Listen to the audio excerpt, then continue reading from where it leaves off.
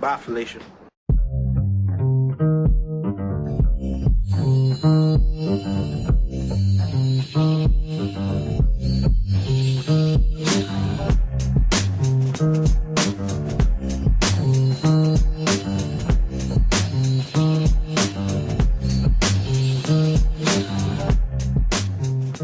Back for another pretty aight edition of the Claire versus Carlson show. I'm going to get that right one of these days. There are many things that you can put in your ears. This is one of them. We are part of the Late Night Sports Radio Network, latenightsportsradio.com. She is Claire, not Chris Mullins, at the Claire Bear 23, famously of the NFL Female Podcast. And I'm Andy Carlson at Purple for the Win, all spelled out. The Don Consigliere and overall enforcer over at purpleforthewin.com. All three. And we, super long intro, can be found at Claire versus Carlson on the Twitter machine and on our YouTube page. Please check that out, rate and subscribe, and call us nasty names in the comment section, because that's what comment sections are for. And we'll get a website one of these days once Andy stops being so lazy. But hi, Claire. Hey, Andy. How are you doing? I'm fantastic. A full minute of me just filibustering and spitballing before I even get to you, but that's fine. It's some of my favorite stuff on earth to listen to, though. You're a pretty good filibusterer. No, see, I could hear you in the background, like, scooting around and, like, taking off your pants because you ate, like, too much White Castle. Or, wait, no. You where are you right now? Are you in Charlotte? Yeah, I'm in Charlotte, North Carolina. Now, do they have White Castles or Crystals? I forget where that line of demarcation is. This is my first time in North Carolina, so I'm not exactly sure what they have here. I do hear they have something called a Bojangles, which makes divine chicken. Uh-huh. So, you know, I mean, chicken's good. I'll try some chicken. I'll try some chicken, y'all. Y'all want some sweet tea? Sweet tea? I heard that's pretty big. Sweet tea? Sweet tea. Yeah. Well, it's just in the South in general. Yeah, sweet tea. Well, no, is it like the South, Southeast, or is it big in Texas where you hail from, too? It's big in Texas, too. I suppose so. I thought Texas tea was oil, though. Well, now you're getting complicated because it's not. That's just a word for oil. I don't know why they call it that. I'm sure there's logic and reason behind it, but I've never really researched the logic or reason. So take your logic and reason elsewhere, Andy. This is no place for logic and reason. All right, so to already tangent off and drive the show into the ditch, you know what I really dislike, or it just kind of annoys me, where at the end of a local newscast, you'll have like the four anchors, like the two anchors, the sports guy, and the weather person just up there. And then they make like nervous, awkward banter to fill and vamp for like 45 seconds where it's like, oh, haha, oh, yes, the weather. Oh, it's a hot one. Oh, yes, you're going to go out to Valley Fair? Oh, I've never been. Ha, ha, ha. Oh, we'll see you at 10 p.m. Yeah. Well, and like when that chick today, the one that everyone tweeted her news story. Yes. When she totally bolted on that newscast, I guess, that she was a part of. And then the guys after were like, are we going to commercial? No, we're not going to commercial. Oh, we're going to no, we don't have anybody on site to talk. Okay. Because it's Alaska, so and that's the only channel they get up there. Oh, my God. Can you imagine? And so she wanted to leave, I guess, to go grow weed. Yeah. And she had a fit because it's not legal in Alaska. I don't really know. Which is odd because I feel like pretty much anything is legal in Alaska because no one cares up there. Like, right. Like, I mean, you could marry a bear like Uncle Ben, or no, it wasn't Uncle Ben. That's the Rice guy. Gentle Ben? Was that the guy who hung out with the bear? Yeah, that's Rice. Yeah. I don't know. One of the two, but okay. You can pretty much have sex with a bear on the streets of Anchorage, and no one will blink an eye. They'll just be like, oh, this guy having sex with a bear. Carry on. Hey. Right.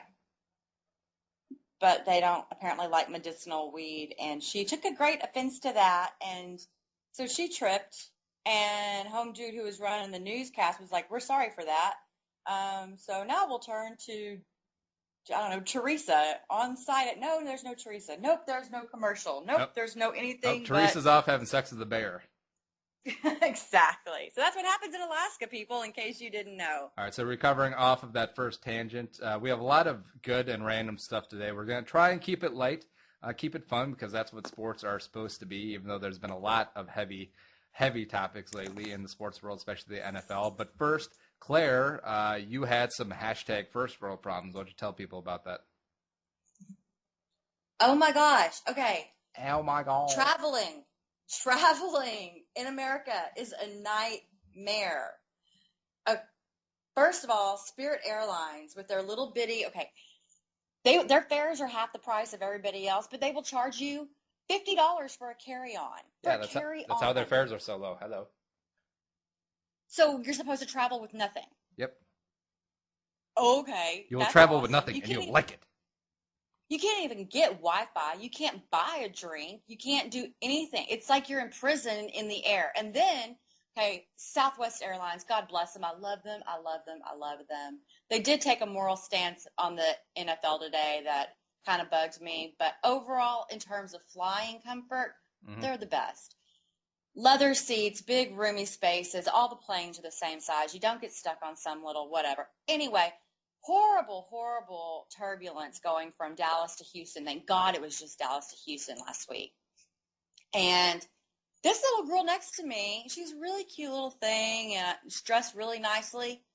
But we take about our 10th little drop of I don't know how many feet. And all of a sudden, she's just blowing chunks everywhere. And she's in the middle seat and I'm on the aisle. And of course, she turns her head my direction and there's spew all over me. Oh, and she didn't want to vomit on her mama. Yeah, well, I got it. So I'm just hanging out waiting for my checked luggage after I land, trying to get clothes to change into so I can drive home and not stink like someone else's puke, because that's a little upsetting.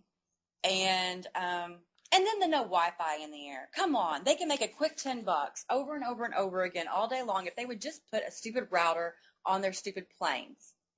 How can you not have a router on a plane and make that money? I feel like the times that I bought Wi-Fi on a plane, it's always been disappointing anyways, because the bandwidth is exceedingly low on purpose so that people aren't like streaming or downloading or playing like first-person shooter games on there.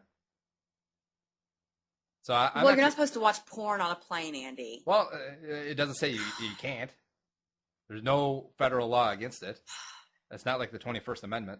You're just adding to the first world problem. If I'm sitting next to this guy on a plane and he's checking out porn while I'm sitting next to him, that's just adding to the list of the first world problems no. The rest of us put up with in the air. Now, would it be all porn that you're completely disgusted by if he's watching? Or some you look over and like,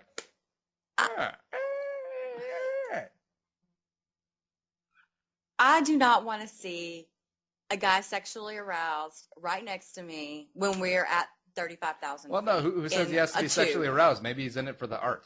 There is an art to it, Claire. To porn? Yeah. Oh. Probably. No one told me about the artistic aspect of the pornography. So, no, I'm not anti-porn. Porn's cool. I mean, I'm down with the porn. I just think there's a time and a place. And you need to keep it off the airplanes, Andy. You're screwing up everyone else's bandwidth. Podcast stenographer marked down that Claire says porn is aight, or whatever phrase you used. Well, I mean, porn's cool. Whatever. Moving on from pornography to Roger Goodell, the very smooth segue. Goodell had his press conference on Friday.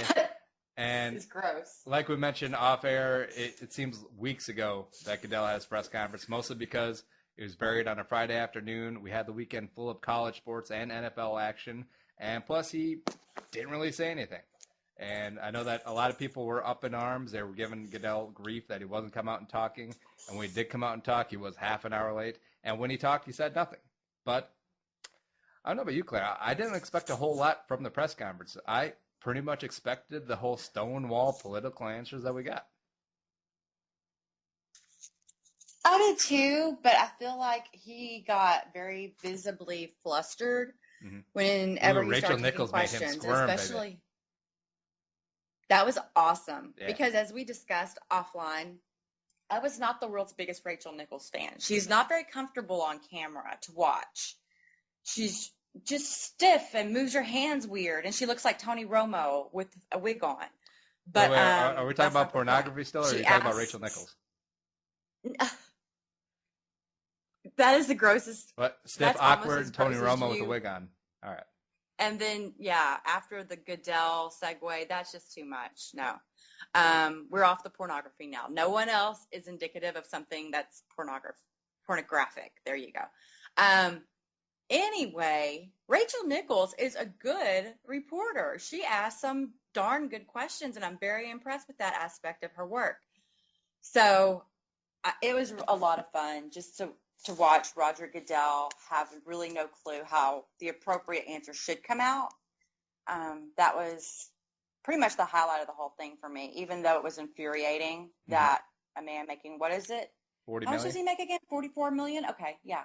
Yeah, I kind of thought about it, and he's fairly compensated, I think, because everyone who is a fan of the NFL basically hates him. So that's hundreds of millions of people worldwide absolutely detest this man, and he gets paid to stand out in front of the owners since he works and represents the owners' interests, and he takes all the bullets because none of us are mad at any of the random owners, like specifically for Roger Goodell reasons. Like, none of us are mad at Paul Allen or the Bidwells or the Rooneys and Maras. We're all mad at one guy, and he gets compensated fairly to take all those slings and arrows. And I wouldn't want that job. Well, maybe for a year, but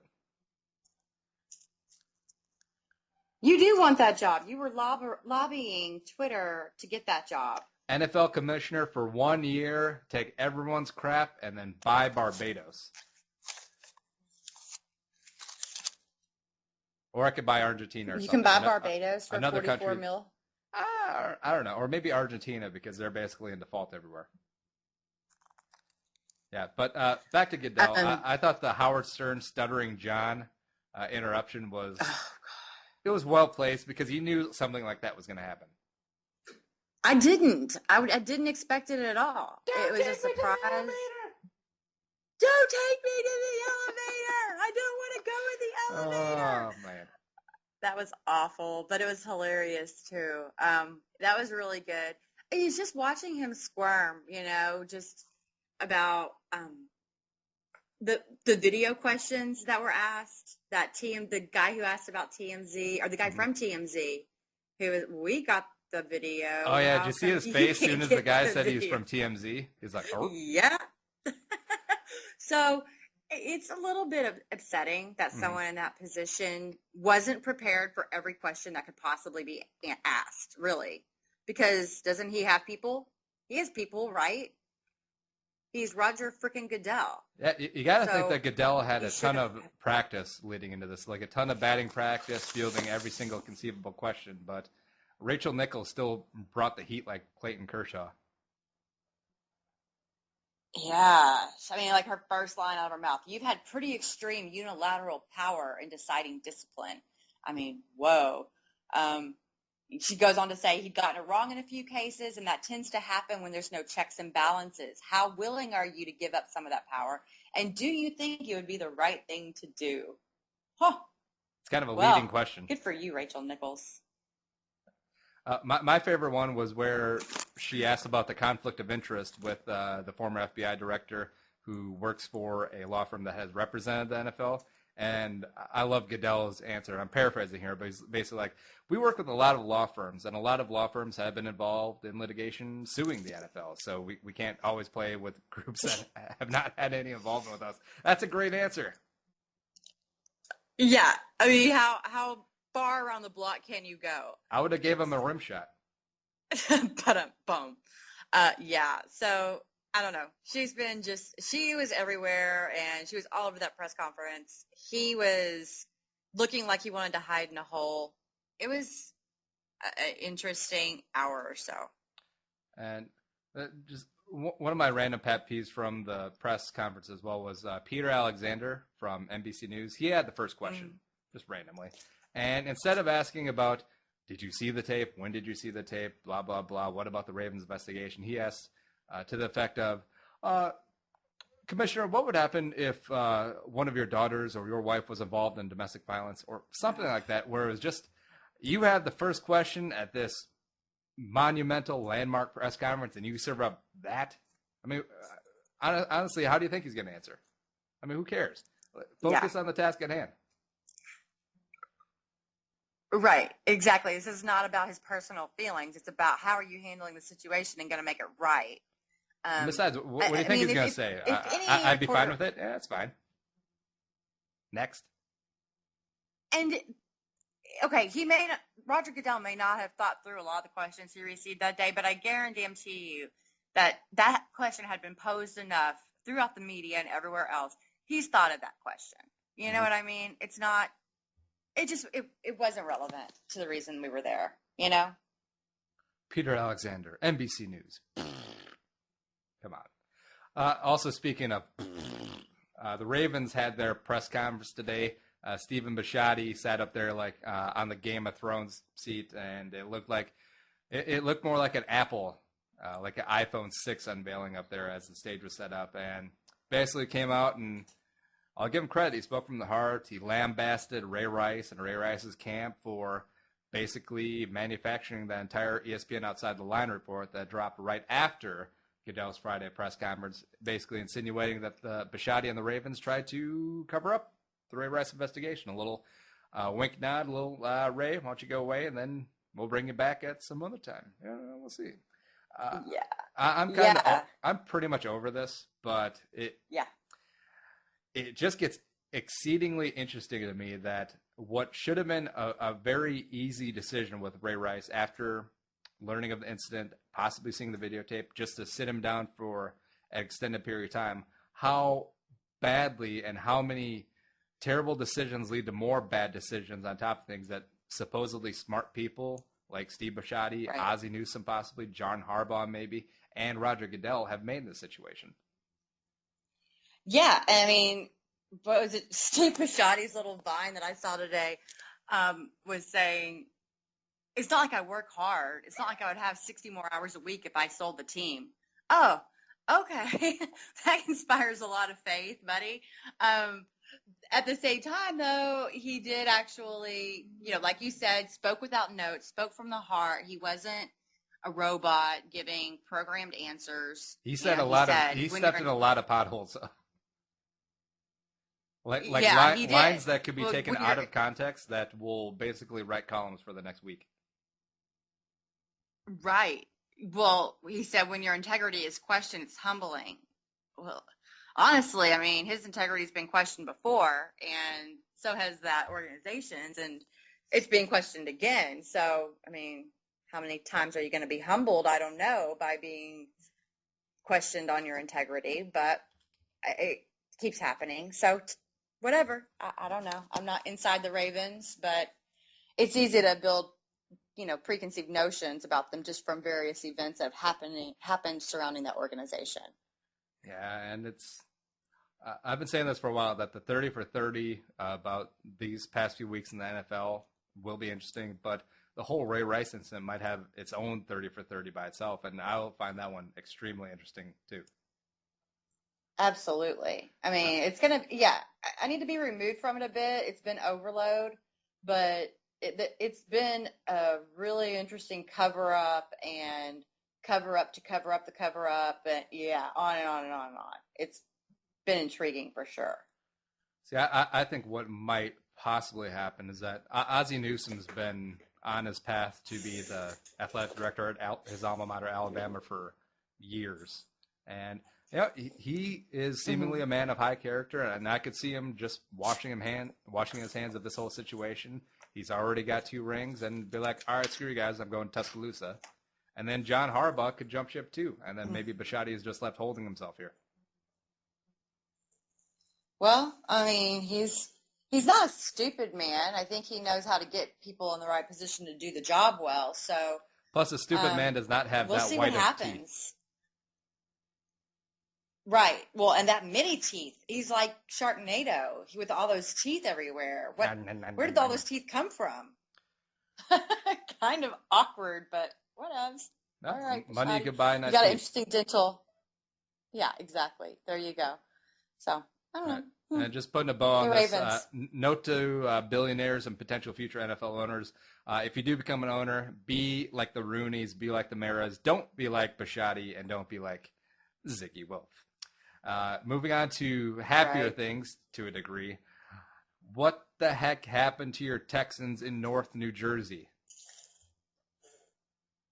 Why would that be a happier thing we're moving on to? Because it's actual football, and terrible football, like we're going to discuss, is way better than whatever this whole Goodell and Ravens thing is. Well, I was just wondering, like, if my sadness brought you happiness, or, if you were just reveling in the fact that the Texans lost to the lowly, hapless New York football, quote unquote, Giants. It was zero offense, Eli Manning struggle faced New York Giants put up a 30 burger on JJ. And your bay was out too. Dude, that defensive line. Oh, yeah. Oh. Defensive line was. Hey, this was the David Carr Bowl. Why was it the David Carr Bowl? Because David Carr played for the Giants? Yeah, he went to the Giants and backed up Eli He's after no longer being there. jettisoned. Yeah, I know, but still, it's the David Carr Bowl. He got a ring. Oh, he did get a ring. And he That's got a ring. Awesome. It's so awesome. It doesn't hurt at all either. Plus, you guys made Rashad Jennings look like Jim Brown. I was going to say, I did start Rashad Jennings, of all people, and got like 23 points off of him. Shut up. I hate it when you say that. It makes me want to throw things at your face. Well, I just want to hurt you when you do that. How'd you make out in fantasy, by the way? On your 17 awful. leagues?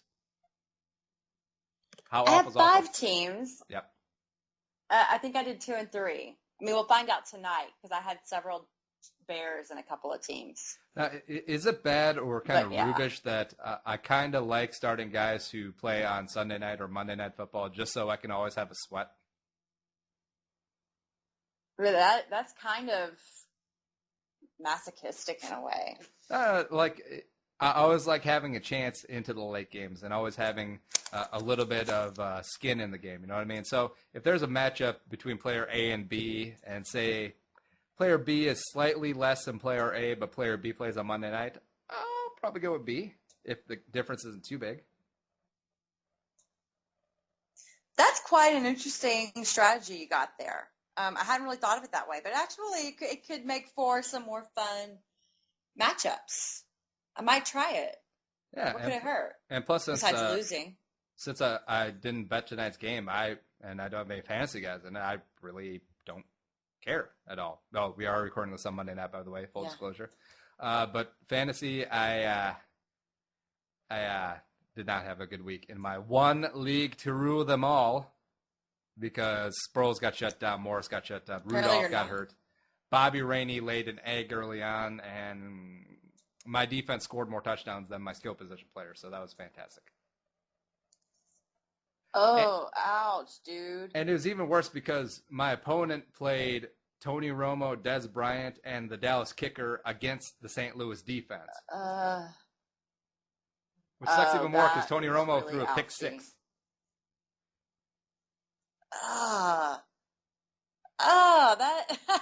No, but you think live your fantasy life. But you think someone playing 3 offensive players against the defense that they're actually playing in real life, just by committing that standard flaw, that I would have an edge, but no.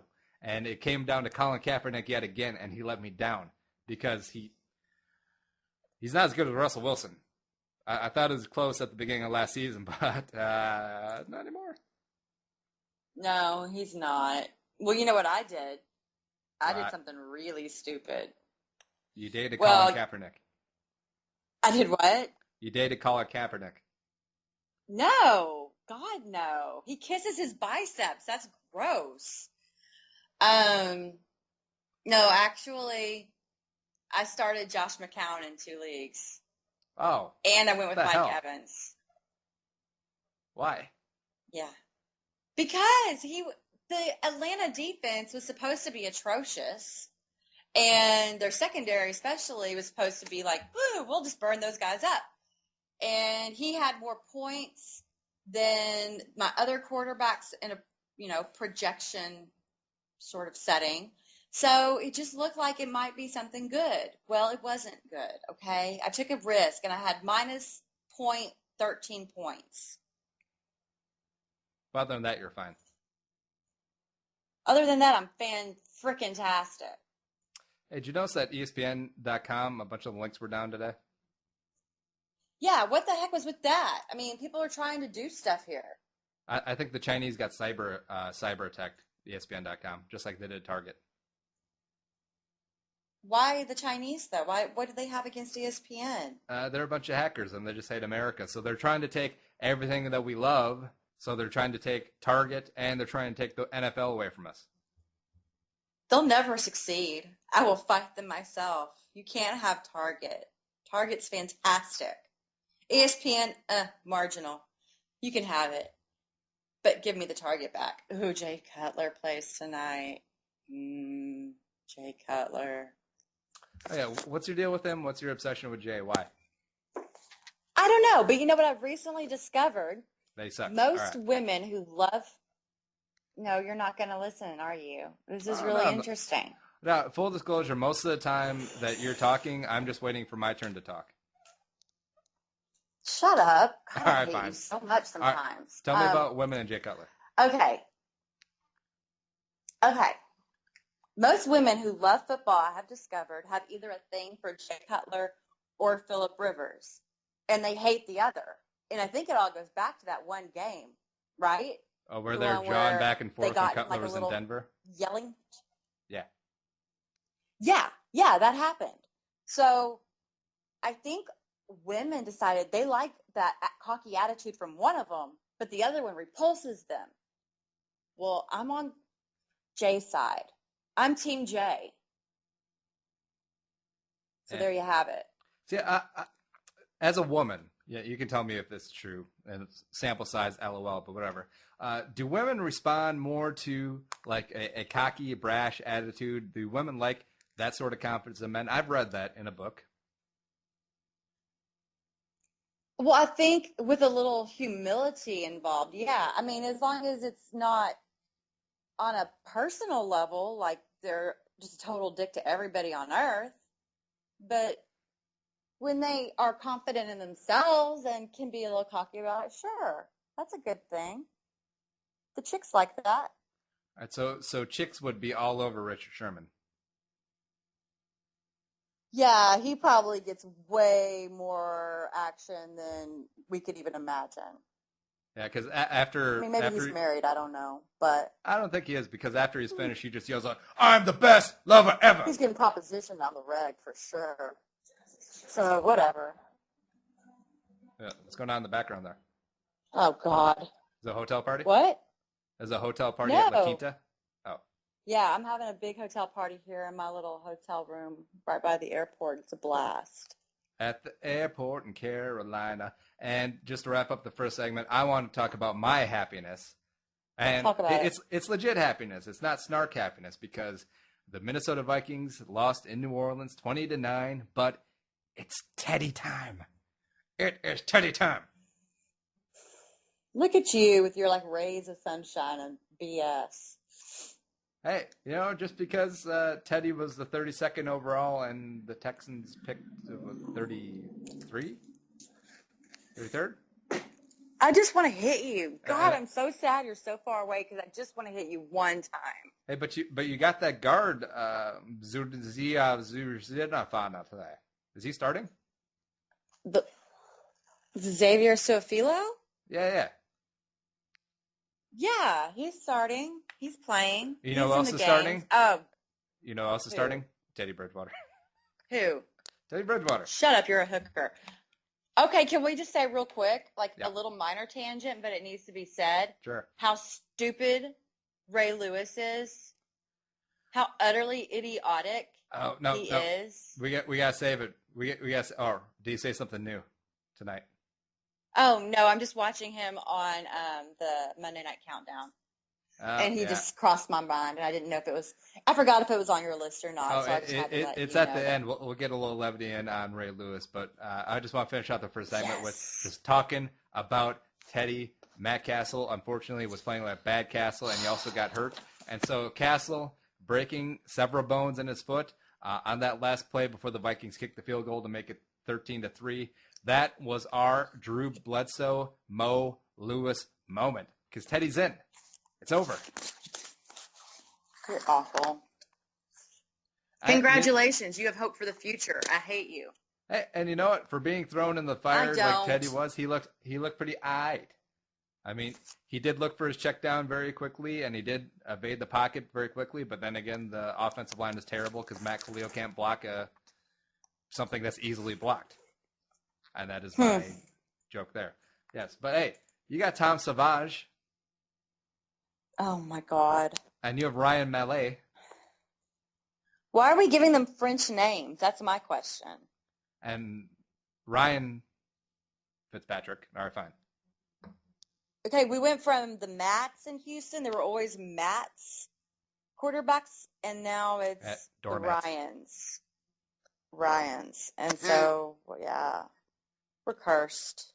Wow. We are also cursed, too, so we should take a little break, and we'll be back. Claire-vs-Carlson show. It's getting contentious up in here because I got Teddy and she don't. Back in a second. Hope you lose.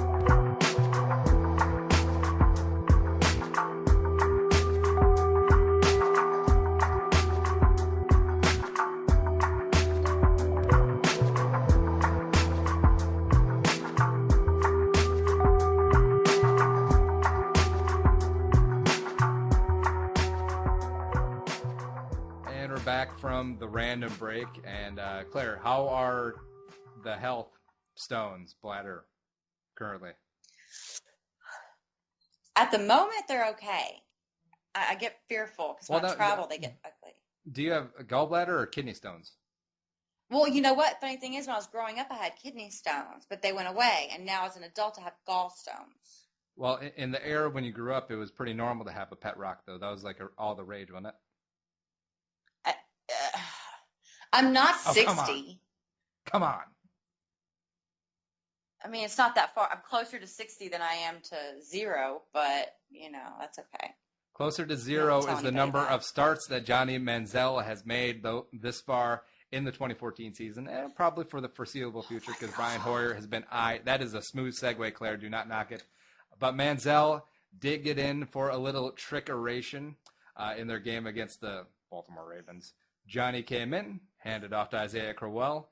Johnny ran to the sidelines. Him and Shanahan Jr. had a little fake argument on the sidelines, but he was an eligible receiver as he was in the field of play. Hoyer takes a snap, pops it over to Johnny for a nice little 39-yard gain, but Terrence West was not set, so illegal shift, illegal formation, and wipes out what ESPN would have surely ran for about 2 years as their headline, porn. But Claire, the pride of Texas A&M, getting in there with a little trickeration. This has got to be exciting. It was like a really cool play because you didn't really see it coming. Of course, I'm at a sports bar and there's every game on TV that's on, and I just happened to look and notice that. Wait. You were in a bar? Yeah. You. No. All right, proceed. Sometimes. So, yeah, I happened to be at a bar watching the Texans game, and then I look over, and then I see just like a replay, and I see Manziel arguing and with his coaches on the sideline. And then all of a sudden I see them like start shooing him away, and he turns and runs in and he catches the ball. And it was amazing, and it got called back for a penalty. And I don't know. Damn it, Terrence West. You know, it would have been fun to see him play some more, but it's cool they're trying to work him in. I'm just not patient about it. And I should be patient because I know it's good for everyone being patient with Johnny Manziel. I don't want to be patient. I want to see him do Johnny Manziel things. Yeah, I mean, I understand why Shanahan's kind of doing it. It makes the opposing defensive coordinator prepare for it. And Pettine, when he was defensive coordinator of the Jets, he saw it firsthand when the whole Tebow package was in there. But they didn't obviously use Tebow correctly. And I don't know. I mean, if I'm Brian Hoyer, I know you don't really have a say in it since you don't really have a stranglehold on the job. But, if you're a top 15 NFL quarterback, which Hoyer obviously is not, why would you ever want to come off the field for a little shtick, a little trickeration? You think if you're a good enough NFL team, you can just beat them straight up. Well, you would think, but they're the Browns. They're the Browns, and they're willing to try these crazy things. And they have new lifeblood in there because they have new lifeblood in there every 1 to 3 years, and that's the Browns. And you got to feel for Browns fans because they just want something good to happen. Every time it seems like something good's going to happen, it gets ripped away from them. Funny, with the whole runaround when they're trying to hire head coaches, but they couldn't find one and then eventually settled on Pettine, I honestly thought that there was a chance that they were going to bring Rob Jasinski back in after firing him. I honestly did. That occurred to me too. That's funny that you would say that. That would be the most Browns thing I could think of. And how weird would it have been for Rod Jasinski to have to say, okay, I'll come back after you totally embarrassed me and humiliated me publicly. But sure, I'll buy my house back at you can 25% see it happening. Markup. Yeah, you can see it happening. I mean, that's the Browns. But they got Pettine, and people seem happy, even though they're not really winning. People seem to be enjoying playing football in Cleveland right now. So good for them. I do think it is kind of funny that Manziel came in with all the hoopla and fanfare, except Derek Carr, Bortles, Teddy, and possibly even Mettenberger with Locker hurt in Tennessee are all going to be starting before him. Yeah. I mean, everybody is starting except for Johnny Manziel. And who knows, if everything goes to hell in Texas or in Houston, Tom Savage. No, he's not starting at least not ahead of Ryan Mallett. And right now, we still have to admit, even though he had a horrible game, Ryan Fitzpatrick led Texans are 2-1. I'm not saying it can't keep going to hell in a handbasket, but right now, I'm not counting on Tom Savage being the starting quarterback for the Houston Texans. Now, okay, go ahead. Sorry. Speaking of tangents are fine. That's what we're all about. Fitzmagic, with his beard, speaking of tangent, I don't trust people with beards because I always feel like they're hiding something underneath. Like he's got like a ton of like herpes or psoriasis underneath there. I don't trust him.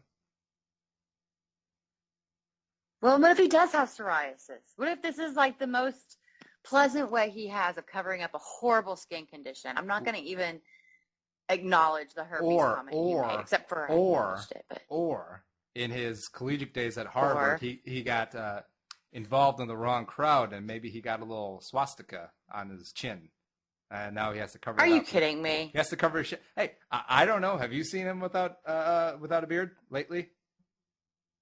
Lately? No, but I know that he has been without a beard at some point in his career. Don't make me look this up. Everyone with a beard, I assume, has some sort of unflattering tattoo on their chin. That is how I think. Yes, I see. There are pictures of him. There are pictures of him without a beard, even playing for those the Bills. Pictures are as doctored as what Ray Rice contends his video is doctored. Contends. You could do a lot of things with Photoshop, Claire. Ugh, Ryan Fitzpatrick looks like a dude I accidentally dated one time. How do you Sorry, he accidentally date a does. dude? It's grossing me out. I accidentally dated a guy who looks like Ryan Fitzpatrick, kind of. Well, how do you accidentally date a dude? Mm. It just shouldn't have happened. Like a car accident. It shouldn't have happened. It's an So accident. it was like an icy morning in Houston, and you slipped on the sidewalk, and you just fell into his lap. Yeah, I guess. Whatever. It was an accident. That These things random happen. icy morning in Houston once in a great. Hey, well, all right. So, question. I don't know if he's married or not, but who Yep. cares? Would you date Ryan Fitzpatrick? Well, if we had a good conversation, but now he reminds me of this dude I dated, and now I can't look him in the face. What's the bar that you frequent in Houston? What's your local watering hole? My favorite sports bar would be Nick's. All right, so Nick's Fitzpatrick rolls into Nick's after a big win on Sunday night or Sunday afternoon. They get a big win at home. He rolls in. He's in a celebratory move. He walks up to you with his beard and his belt buckle because he's a fake Texan. And he's like, "What's up, little lady?" What do you do? No. That We can talk, but I purposefully don't want to date guys with beards because you they want to usually ride the have things mechanical in bull? them. There's not a mechanical bull here. I know. Uh-huh. Oh, God. No. And I don't do the whole country thing. I'm super anti-country. So, You live in Houston. that's just not happening. I know. It makes life hard. It is what it is. At least you don't live in Sealy, Texas, the home of Eric Dickerson, which we corrected from last show. That's correct. Eric Dickerson is from Sealy, Texas. Where did I say? Someplace random. You said Plano? Plano, which is up by Dallas. All right, it doesn't matter. Speaking of what else doesn't matter is that the Bengals are my new backup team as they are 3-0, rolling into their bye. The Red Rifle is slanging it. That defense is still balling post Zimmer, and I like their chances this year. They're my new backup team because the Jaguars have been an abortion so far, and so I've left them. They are no longer my backup team. So you're not going to jump back on the bandwagon now that Bortles is the guy? No, I can be I can be fickle. I can be very bandwagony with my backup team. That's my prerogative. It's when people do it with their favorite team. That's when it gets a little sickening. But the little background noise, the little second string team, that's fine. And heck, if the Bengals bangle it, maybe I'll go back to the Jaguars and Blake Bortles and Lindsey Duke. Hello. Oh, okay. But can we just tangent real quick about that NFL commercial, the new one, where the woman and her husband were like opposite teams, and then the daughter became a Bengals fan, and then the other daughter met Emmitt Smith and became a Cowboys fan, and then they had little Eagles children, and they're wearing every stupid thing that you could possibly buy from the NFL shop online. And come on, man. People don't act like that. Real people don't. That's just stupid. That commercial made me angry. Yeah, that is absolute fiction because people just don't adopt new teams willingly. Because did you see that picture from the Washington-Philadelphia game where the son was wearing an RG3 jersey and like a backwards Washington hat, and then the father had an Eagles jersey on, and it was customized where it said "Bad Father" on the back. So come on, that's kind of funny. That's funny. That's real funny. Because that does happen. Okay, on occasion, like the child in a family will like a player or something and become a fan of a team. Those things happen. But especially in the age of fantasy football. Okay, sure, yeah, that makes sense. But come on, that commercial was just way over the top and uncalled for. NFL needs to get it together. They don't even know who their fans are anymore. Yeah, and plus, with such deep roots with the Bengals, I don't think the son would go willy-nilly off and become a Steelers fan because of, he ate a bunch of Roethlisberger. So, go Steelers, go alleged criminals. Right, alleged. I don't know. That commercial is indicative of a whole bigger problem in the NFL. That's all I'm saying. Surprised the Ravens weren't in there. Actually, I think they changed that commercial because I think initially there's a lot of Adrian Peterson Vikings gear in that commercial, but I think they superimposed. Oh, really? Yeah, I think they superimposed. I think it's Cordero stuff. in the commercial. Interesting. That's curious. I may have completely made that up, but I don't know. That wouldn't surprise me. Yeah. But yeah, back to the Bengals. They could go 14-2, but then lose their opening playoff game of the division round at home by like 30 because they're the Bengals. That's exactly it. They're the Bengals. They're the Bungles. That's what they do. Marvin Lewis never won a playoff game, been to the playoffs like 7 times or something ridiculous like that. Mm-hmm. Andy Dalton 0-3 in the playoffs, hasn't thrown – he has 1 touchdown, like 6 picks. I don't have the stats in front of me. I might be making that up too, but it sounds good. But if you say something with enough confidence, people will think it's truth. That's true. They will believe you if you believe yourself. I think my sources say that Ryan Fitzpatrick has a compromising tattoo underneath his beard. Okay. Not sure if it's swastika. Probably not. That's a little extreme. I don't want to put out that vibe. When did he get this tattoo? When, as an adult? Because he's 30 now? 31? Yeah, people get chin tattoos all the time, Claire. All the time. Just random people are constantly getting chin tattoos. Oh my God. Compromising chin tattoos. You're crazy. Speaking I don't even have an answer. Speaking of crazy and compromising, we have the anonymous quotes from the Dolphins defense as they got rocked down in Miami 34-15 by the Chiefs somehow. And they didn't really care for defensive coordinator Kevin Coyle's game plan. And a lot of anonymous, hiding behind anonymous, Dolphins defensive players came out and said, game plan, not so great. And it really annoys me when players come out and sort of knee-jerk criticize game planning, officiating, coaches, etc., especially when it's, did the game plan specifically say, hey, let's not tackle Niall Davis today? Huh? Or let's resurrect the career of Joe McKnight.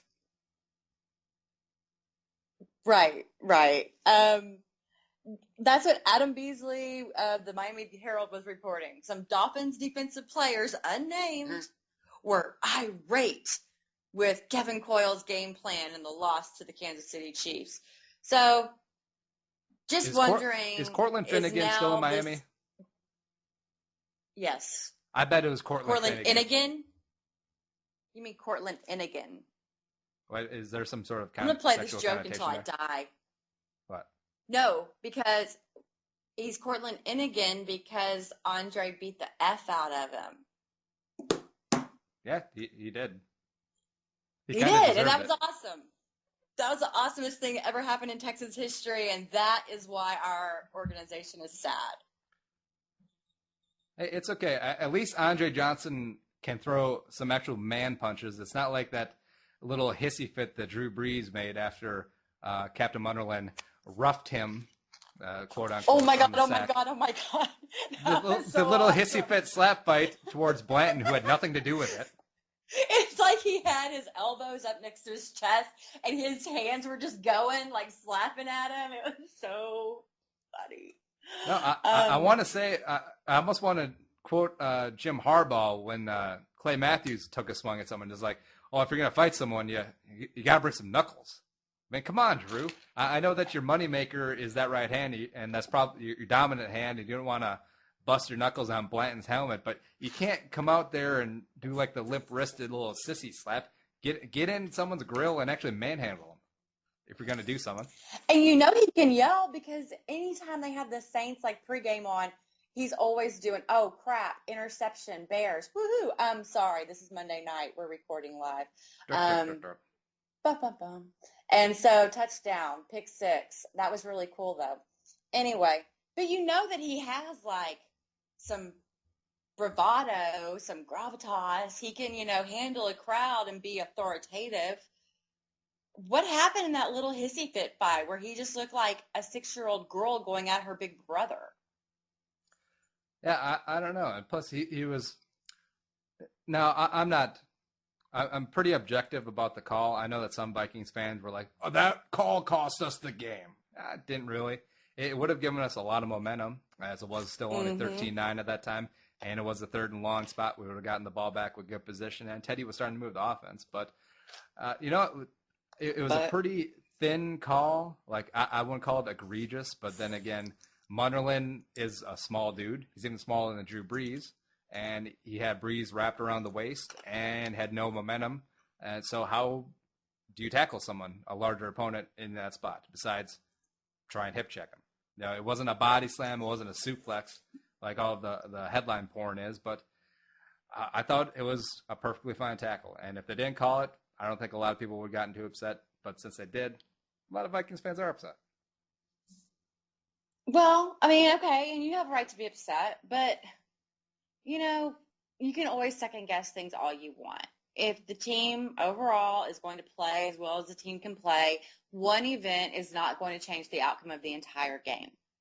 Unless the game is that close to start with. Okay, I know, that's the exception. That one was pretty big because the Saints pretty much just marched down the field and scored the dagger touchdown after that point. Because it's kind of a weird game, just going back to Vikings and Saints, because that's how I roll. That Saints only scored 3 times, punted 4 straight times, except on each of the 3 touchdowns, except for that last one with the penalty, it was pretty much just hot knife through butter straight down the field.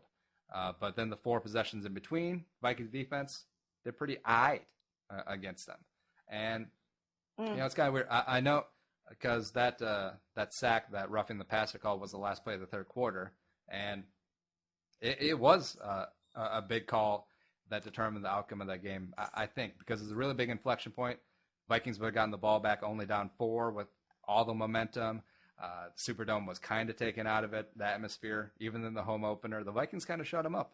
And that's why I'm not a believer in moral victories, but there is a lot of positives take out of that win, because after the first 2 drives, I thought we were going to lose by 56. Oh, well, I didn't see the whole game, so I guess maybe so. So at least it wasn't a blowout. Yay! Yeah, Yay. It was good for me, actually. Speaking of blowouts, smoothest bottom segue, the Falcons blew out the Tampa Bay Buccaneers, which feels like 3 weeks ago, last Thursday, and it 56-14, and it did not appear that close. I really wish the Falcons would have gone for the NFL record, which was 73-point victory, but they did not. They let off the gas.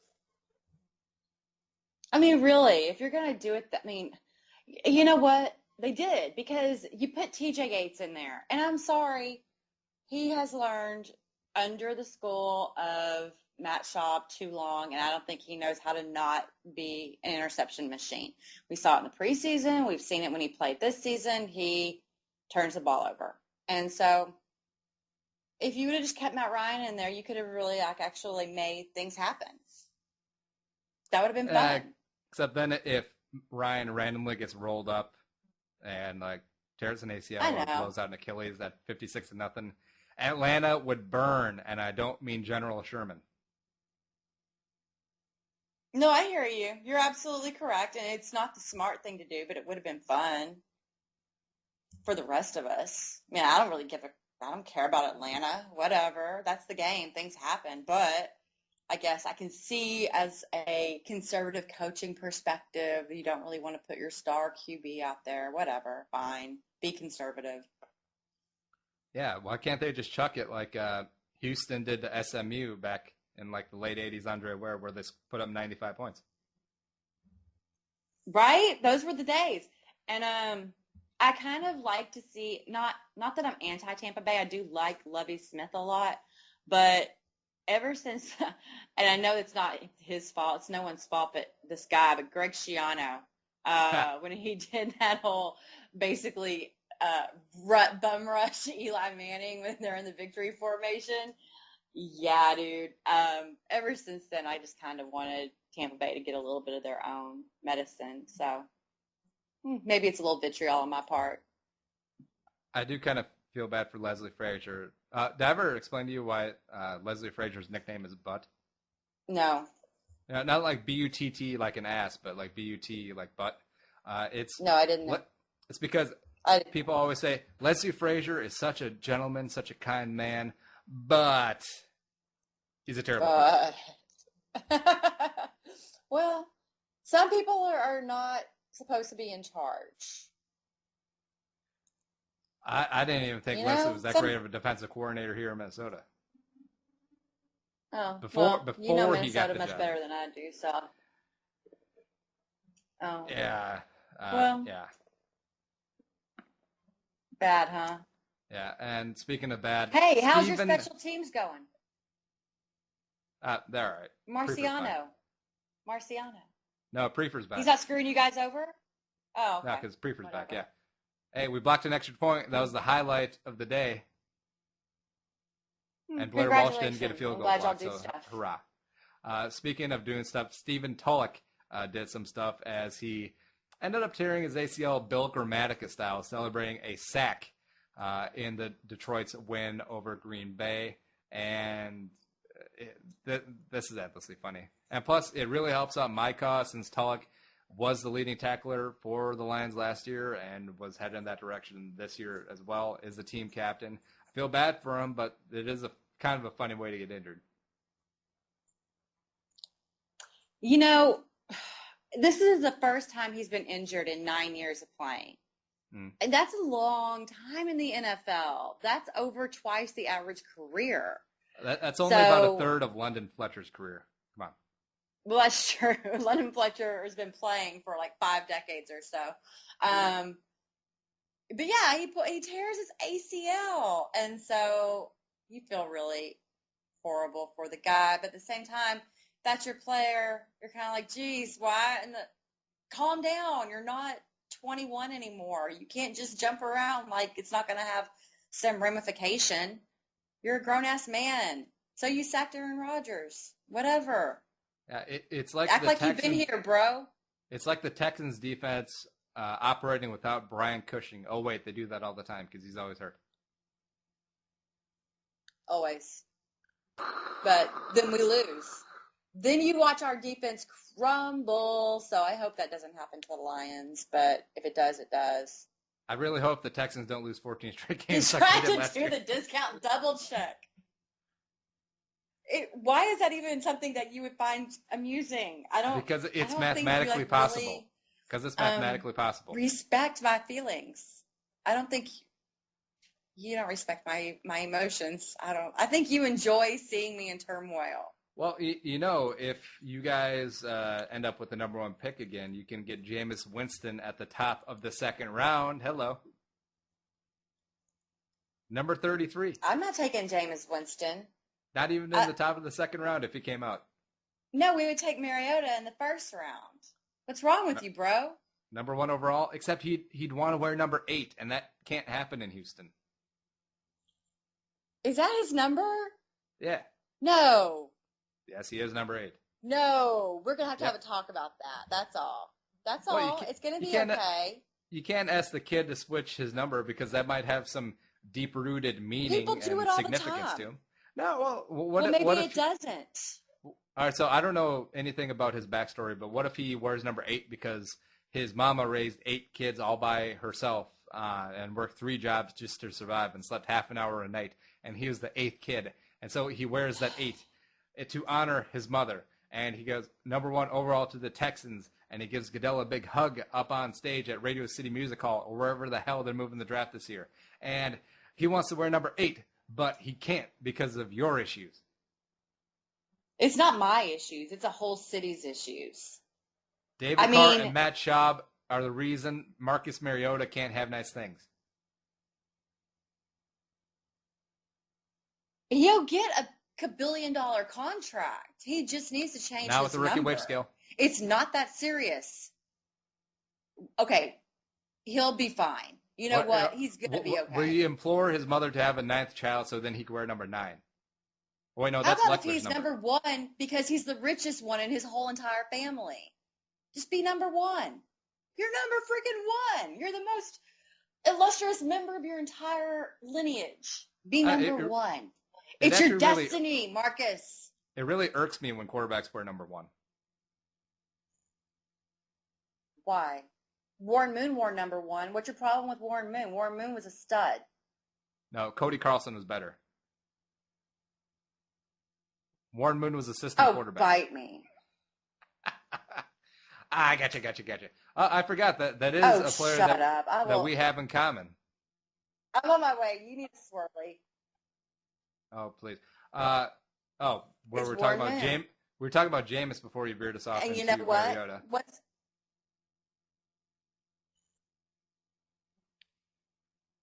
yes. Yeah. So Jameis ends up What about sitting Jameis? for the entire Florida State Clemson game. Florida State wins because Clemson got a Clemson. He was originally suspended for a half, but got a full game because of Twitter. Let's be honest. And yeah, Jameis coming out before pregame fully dressed, and then the look on Jimbo Fisher's face was priceless. It was great. But this guy has all the talent in the world, even though he throws like Byron Leftwich. But he just seems to be a dumbass. I was going to say, does he really? But he doesn't seem to get it. No, he doesn't. This is the 6th time that he's been in trouble since going to Florida State. He has people who he grew up with playing against who are saying publicly he needs to chill out and stop doing this.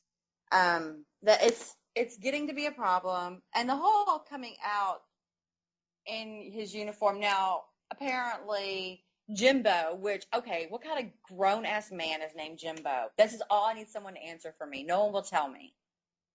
Jimbo. Oh, is that his Christian name or is that a nickname? It would be so Well, I'm sure great. he's James or something. It would be so great if Jimbo was the name on the birth certificate. I just don't find that plausible. It's not likely, though. I'm really sorry to let you down this way. But you think with Jameis coming out in full dress that he would have to have been seen changing in the locker room. A bunch of coaches would have probably walked past him. And you got to think Jimbo probably would have seen him a time or two.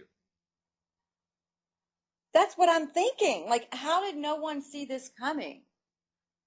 He just marched onto the field fully dressed and nobody saw it. Or at least tell the equipment guy that, hey, don't set out Jameis' stuff tonight because he's suspended for the whole game. Because it looks embarrassing to Jimbo Fisher, and this kid is causing him a lot of trouble. Yes, he got him a national championship. Yes, he got him a Heisman Trophy, but Jimbo doesn't seem like it seems like the inmates are on the asylum with Jameis Winston in Florida State. Yeah. Well, I mean, the thing is you hear from everybody what a great hard worker he is and all the time he puts in and yada, yada, yada. It's just he is the world's biggest douche nozzle off the field. What is wrong with this guy? Okay. Yeah, it's a completely... And you know what's funny? Whenever I try to call somebody a douche on my phone, it autocorrects to douche nozzle. So that's cool. Wait. So you physically put douche nozzle into your dictionary. Stop dating it. I didn't know. It saved it. Right, I've typed it so many times, it just saved it. Oh, I suppose. Or do you ask Siri to put it in for you?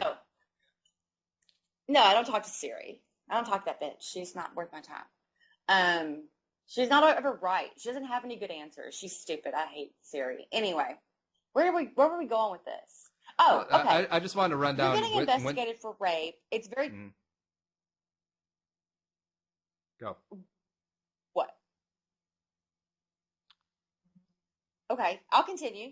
So you're getting investigated for rape, right? And then it's basically they call off the investigation under very questionable circumstances to everybody on the outside. Mm-hmm. And you're going to run around campus screaming, F her in the P.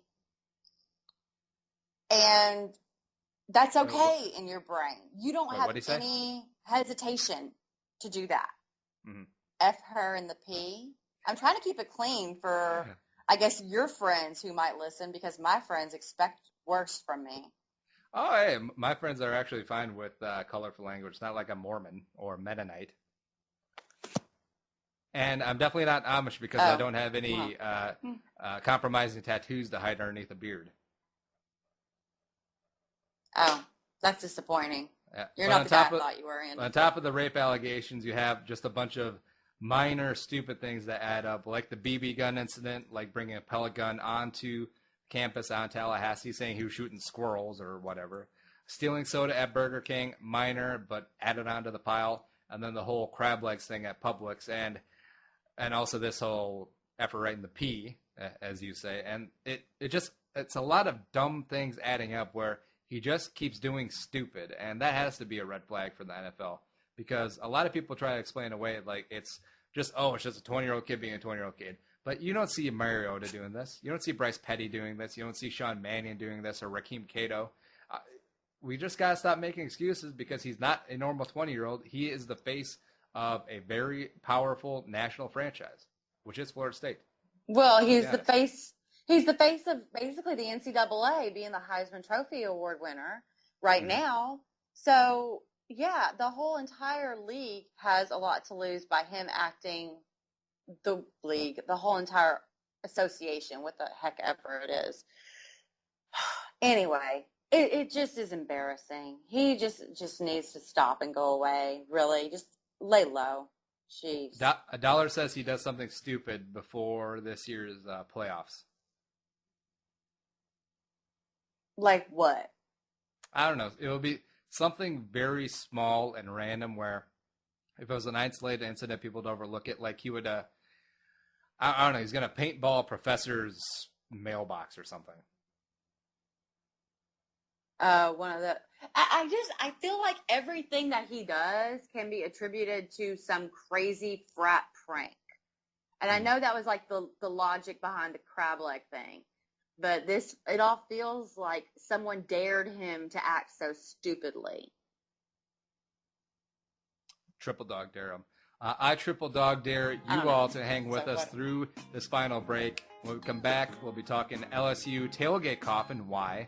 I make fun of Marshawn Lynch, and we recap our Week 3 picks and make our Week 4 picks. And we'll be right back. Claire-vs-Carlson show. Blah.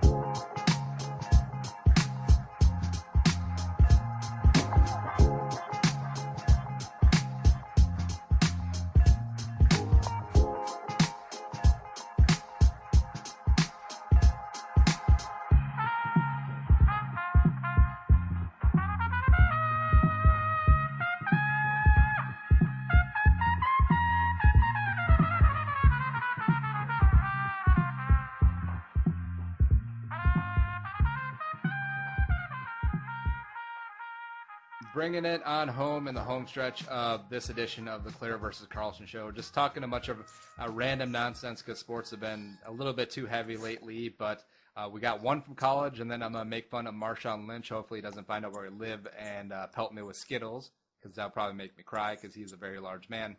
But LSU, and there was a picture that circulated over the weekend about a coffin in Death Valley as they hosted Mississippi State. They lost, by the way. And it was a coffin that had been converted into a beer cooler, chock full of frosty adult beverages. There might have been some soft drinks in there. Well, you need Coke for Captain Coke. Hello. And it was a coffin painted in LSU colors, had Tiger logos all over the place, and it was really neat. But also, I don't really understand it because I get that it's Death Valley, but why would you get a Tiger's coffin? Because that would signify that your team is dead. I don't get it. Good point. That's why I made it. Wait, you're cut out. Well, okay. That's a good point, though. I mean, it's kind of ugly. Let's be honest. Oh, just because you're hating on LSU colors. Because you're obviously from a storied SEC program like Texas A&M. Story. Don't be Story. sarcastic and rude. Shut up. But if I was making that coffin, it would have been purple with yellow accent or gold, whatever the crap they call that yellow shade they use. I think they call it Accents. yellow. It just seems a little bit overly yellow to me. If I was making the coffin, I'd make They it went purple. overboard. Well, you should get in touch with the coffin haberdasher or whatever coffin makers are called. Probably just coffin makers.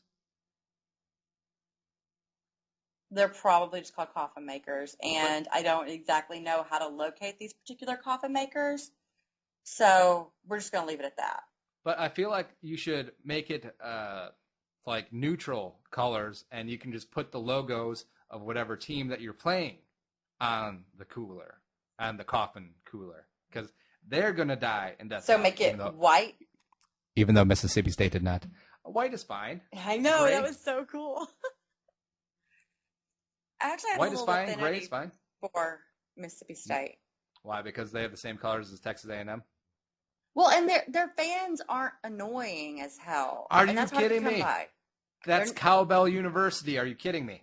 Oh, wait. I always get those two confused. Okay, wait. Oh, so Mississippi State or Ole Miss? Oh, Ole Miss is the one that I tolerate. Sorry. Mississippi State is Cowbell. And they ruined that stupid skit for me.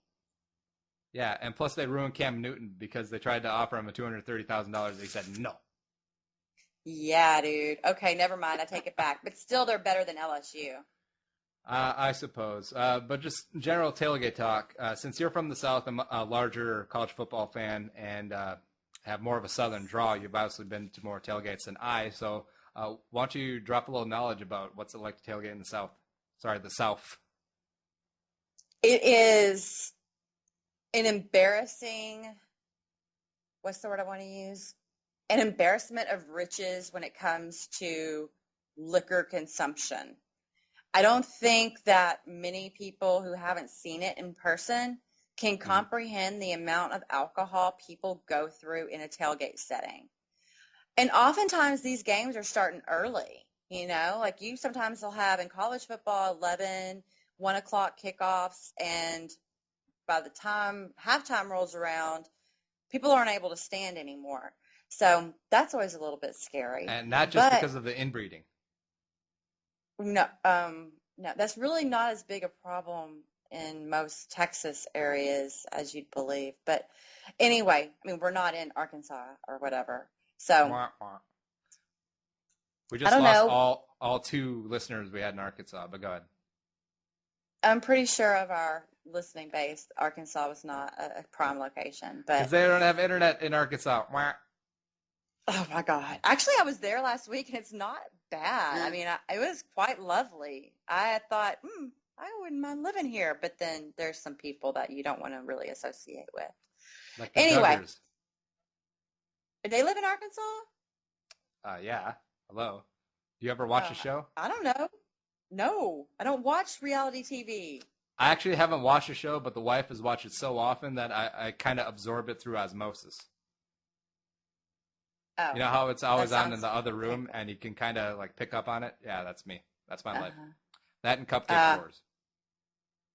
Cupcake Wars. That sounds like fun. I want to have a cupcake war. Anyway, that's like college football sometimes. Cupcake Wars. Anyway, the analogy is lost. So tailgating, it's hot. People drink too much. There's usually fighting. And speaking of fighting, there's been crazy fights going on between fans lately. That's been caught on camera, which has been pretty cool, but not cool. You don't want to be there, but it's kind of cool to watch after the fact. And I think they probably tailgate too much. Let's be honest. Then you get in the game, and then the alcohol might start wearing off a little bit because it's real expensive in the games. And then people start getting angry, and then other people start making other people mad. I feel like when you're getting liquored up, you're all happy and stuff. But once you've been deprived for a while, maybe the hangover starts setting in. That's when people get all uppity and get all abrasive with each other. And we saw that in the NFL. I meant to come back to this point because it's funny. Eagles, Washington game, 49ers, Cardinals. There's a couple of fights, and you expect it in Philly. But I feel like this is a pretty common occurrence at every NFL stadium. And It's one of the reasons why I actually don't like going to games.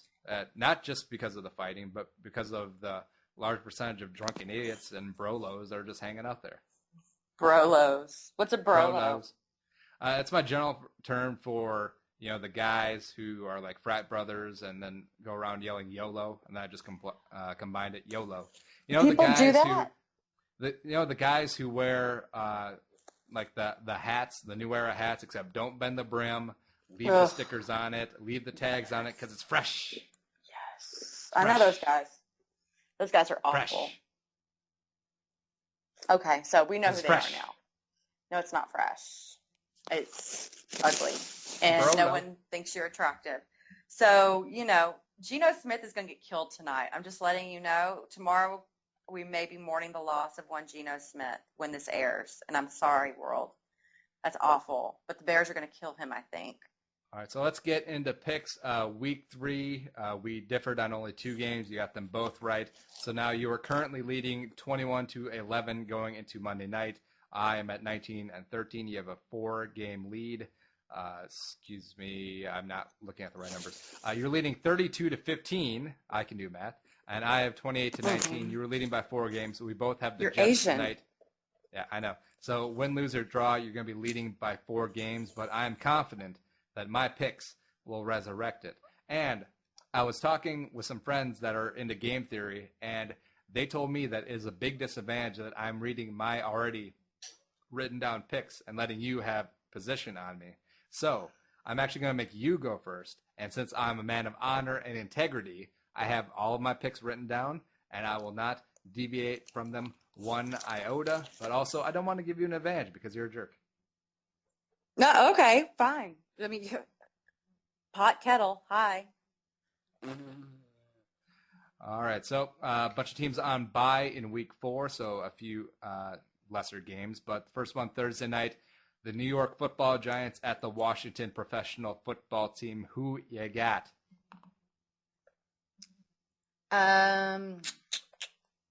Ew. I don't like this game. I'm going to go Redskins. Well, the Giants just beat the Houston Texans. And the Texans beat the Redskins, but I still think the Redskins are better than the Giants. So right, I'm so you going got Washington? Redskins. Mm-hmm. All right, me too. Green Bay at Chicago. I don't.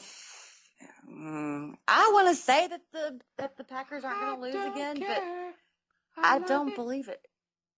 I like that song, actually. That's a good song. So I'm going Bears at home.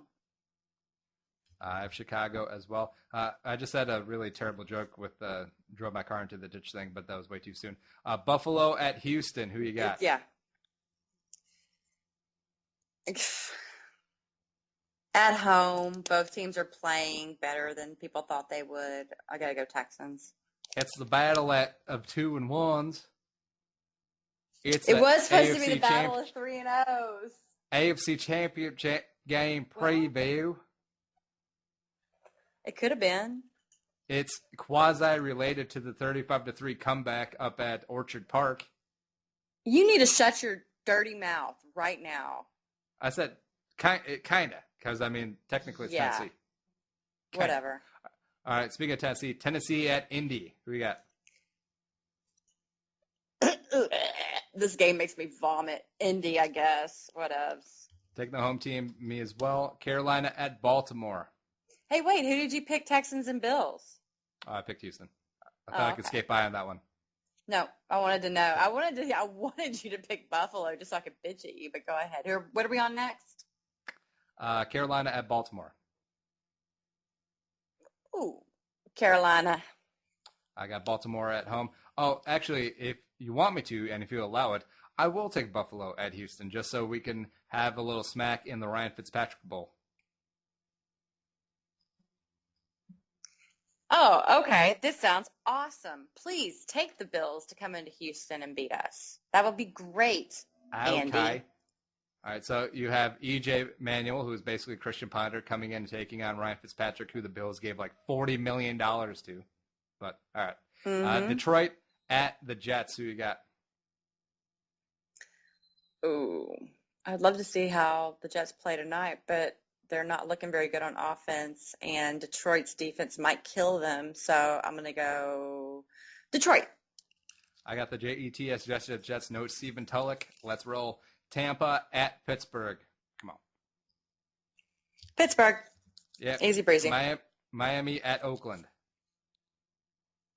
Ugh. Can they both just lose in a 0-0 tie? They could tie. If you called that, I'll give you an extra point.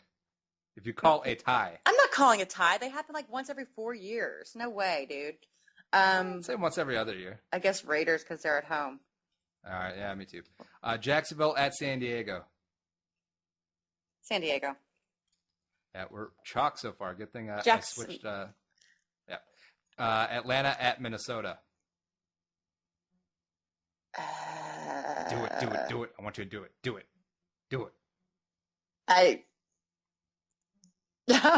I want to pick against the Vikings, but I see how that Atlanta might start feeling a little big for their britches right now because that happens to Atlanta a lot. But they won by 4-2 points. Fine. No, you know what? Are you picking Minnesota? Yes. Okay, fine. I'll pick Atlanta just because you picked against the Texans. Bring it. Philly at San Francisco, the last of the late games. Philly,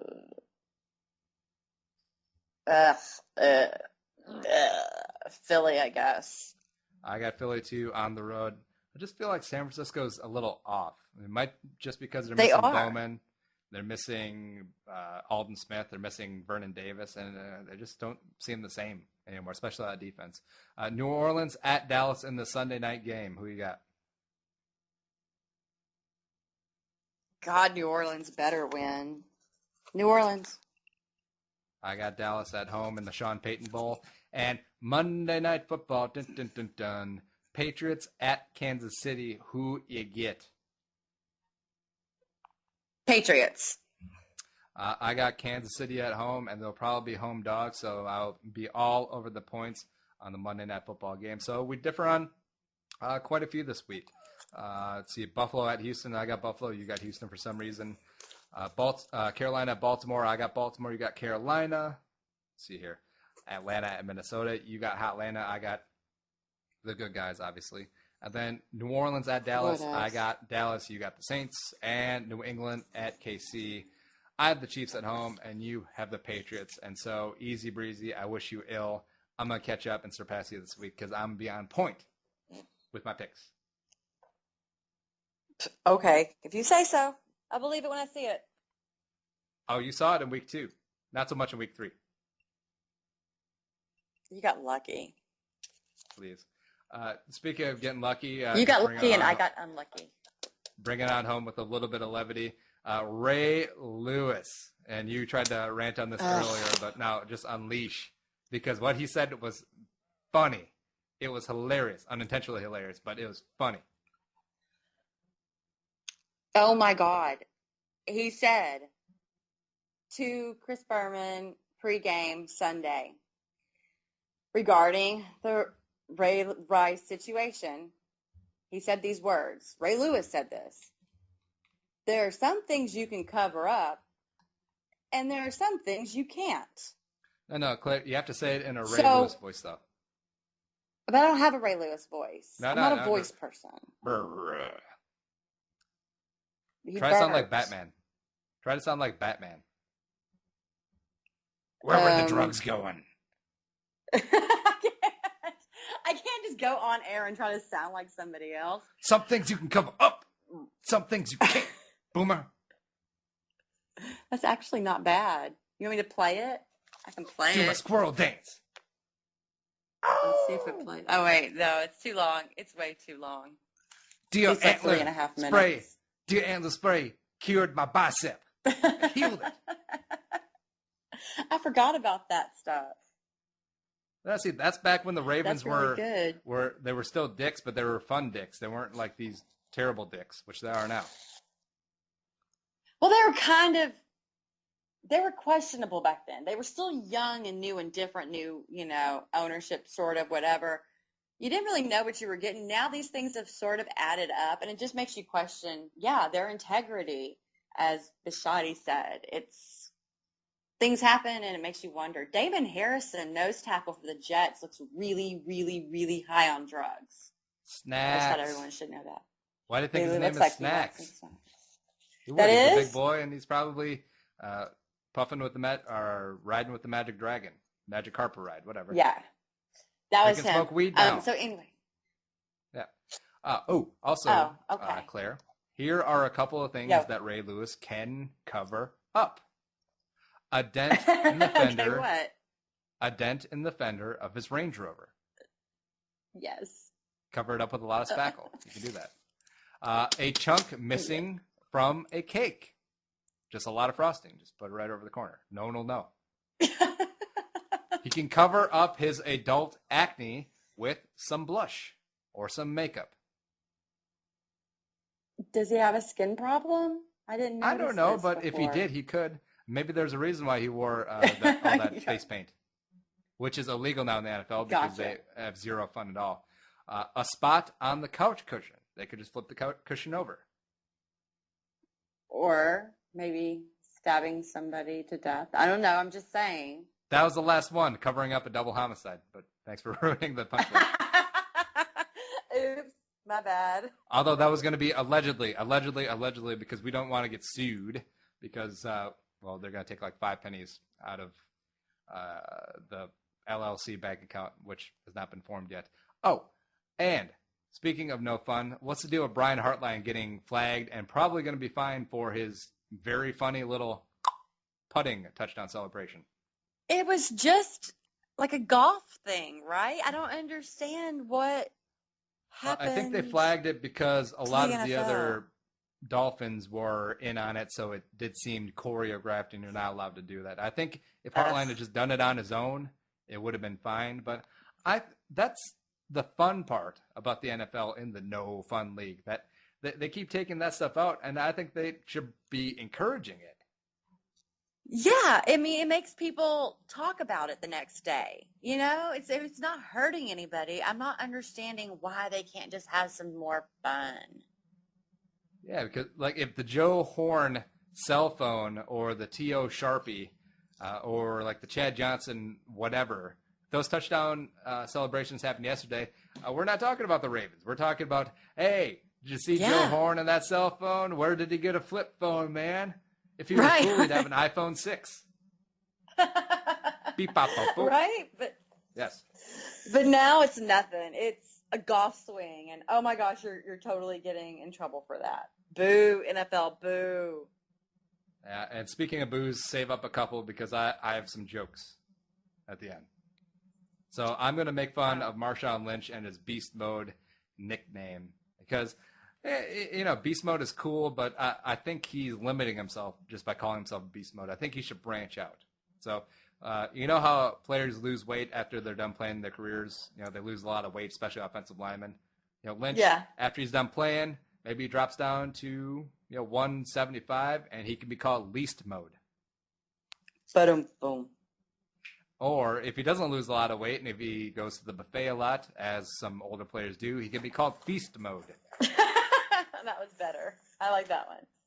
Or he can open up his own craft brewery and he can go all yeast mode. Oh, God. That's awful. Or he can open up a pie shop and put ice cream on it and be a la mode.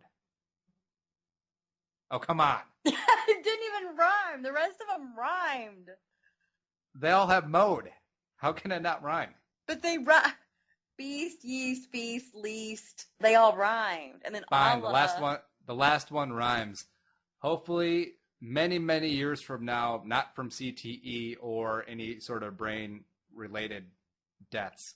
Like 60 years from now, of natural causes, and Marshawn Lynch, as an old man, passes away in his bed, warm in his bed. I hope that the future bloggers or writers are snarky enough in the future to come up with the headline, Deceased Mode. Poor Marshawn. Poor dead Oh, Marshawn. Come on. That one was awesome. Deceased mode. It's pretty good. I say so myself. Darn The right. feast mode, it sounds the most appropriate to me. No, I go feast mode. I go feast mode a lot because let you know a little bit about me. So I finally got the Arby's Meat Mountain, right? Oh, God. And it was exactly what it sounded like, and it was fantastic. Was it?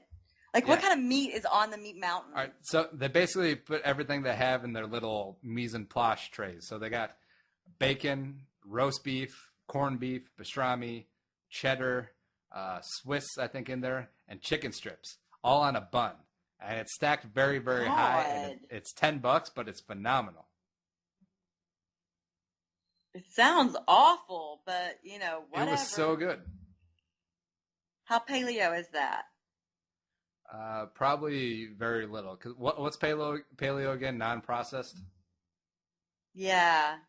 All right, so the bun was processed, the chicken strips are processed, the pastrami's obviously processed, the bacon's processed, so no. No, it's not. Okay, never mind. I sort of started thinking meat, and that felt very caveman-y to me, so. It is. I do kind of feel like caveman because I came onto the podcast, and throughout most of the hour and a half we've been on together, I've been like, Argh. You have been. You've been very testosterone-y over there. I don't even know, man. It's crazy. It's fine. All right, so what? Just wrapping up. What do you have going on this week? Anything new and exciting? Well, I'm kicking it here in lovely Charlotte, North Carolina this week. Why? Gonna just do some work. I got the NFL Female podcast on Wednesday night. We have Seth Payne coming on. Seth Green? It is good for me. No, Seth Payne. He was an NFL defensive tackle for 10 years, and now he's on the radio in Houston on CBS Radio. Yeah, I know Seth. I follow him on the Twitter machine. He's fantastic. And so we're lucky enough to have him join us. And I don't have any time to write anything anymore. So don't ever go look at me on NFL Female because I'm not writing anything. Who has time? That's it. Well, you know Arif, right? Arif Hassan? Yeah, I know of Arif. Yes. Yeah. I've spoken to him before. Yeah. All right. So he's been on my show a number of times. And the dude is a cyborg. He writes for Vikings Territory, Daily Norseman, Vikings Journal, a whole bunch of publications. And I swear to God, the dude does not sleep. He just cranks out material. And all of his articles are like 10,000 words, and they're all awesomely written and a lot of content that very, very in-depth and detailed. I don't know how people do it. I don't know how he sleeps because sometimes I'll wake up in the morning at 4 o'clock in the morning so I can hit the gym like a person who eats Arby's meat mountains on a regular basis does. And then I'll just look at my timeline overnight, and it's ton of Arif stuff. He's just putting out a bunch of Vikings and football factoids, and it's literally around the clock. So I'm like, I don't think this dude sleeps. I hear you. I have a friend like that who has a site, State of the Texans. He started from scratch, and now he's like the only website that has credentials to go see the Texans, everything. And he's the only person that he really trusts to cover the Texans. So he does all of his own stuff, and there's stuff every day, thousands of things, and it's just amazing how people do it. It takes me hours to write. Hours. Because do you type with the old like Hunt and Peck strategy? No. Strategery? I type really fast, but I'm like so anal about putting in details about stats and being sure I don't screw anything up because I'm not as confident in my like knowledge of specific schemes and formations and things like that. So, I'll go and fact check and make sure I have everything in its right place, and it'll only take me forever. Some people just know it. And guard Xavier Fala was the 33rd pick of the 2014 NFL Draft, right behind 32nd pick overall, Teddy Bridgewater. I have that one memorized, and it's Xavier Suafilo. So whatever. It's not that hard. The guard from UCLA, I'm not talking Russell Westbrook. Hello. Oh, my gosh. I'm going to smack you in the head. Fast It's break. going to hurt. But we are done at Claire-vs-Carlson on the Twitter machine, latenightsportsradio.com. Besides your cool NFL female podcast that I have never been on, do you have anything else to plug? Liar! Yes, you have been on it. That was like our most popular show of all time, Andy. Well, I'm trying to get rid of it because I picked the Buccaneers and the Jaguars to win their divisions. I don't think that's happening. So it was obviously another Andy Carlson. Oh, okay. My bad. My mistake. Maroon for the win. I think he writes does a podcast about the I don't know, Georgia Trying to think of a maroon team. I can't. A&M. Yeah, whatever. Ugh. See, you love maroon. You love us. Reggie McNeil was the most underrated quarterback in Aggies history. Print. Shut up. You don't need to talk about the Aggies that way. Never mind. I take it all back.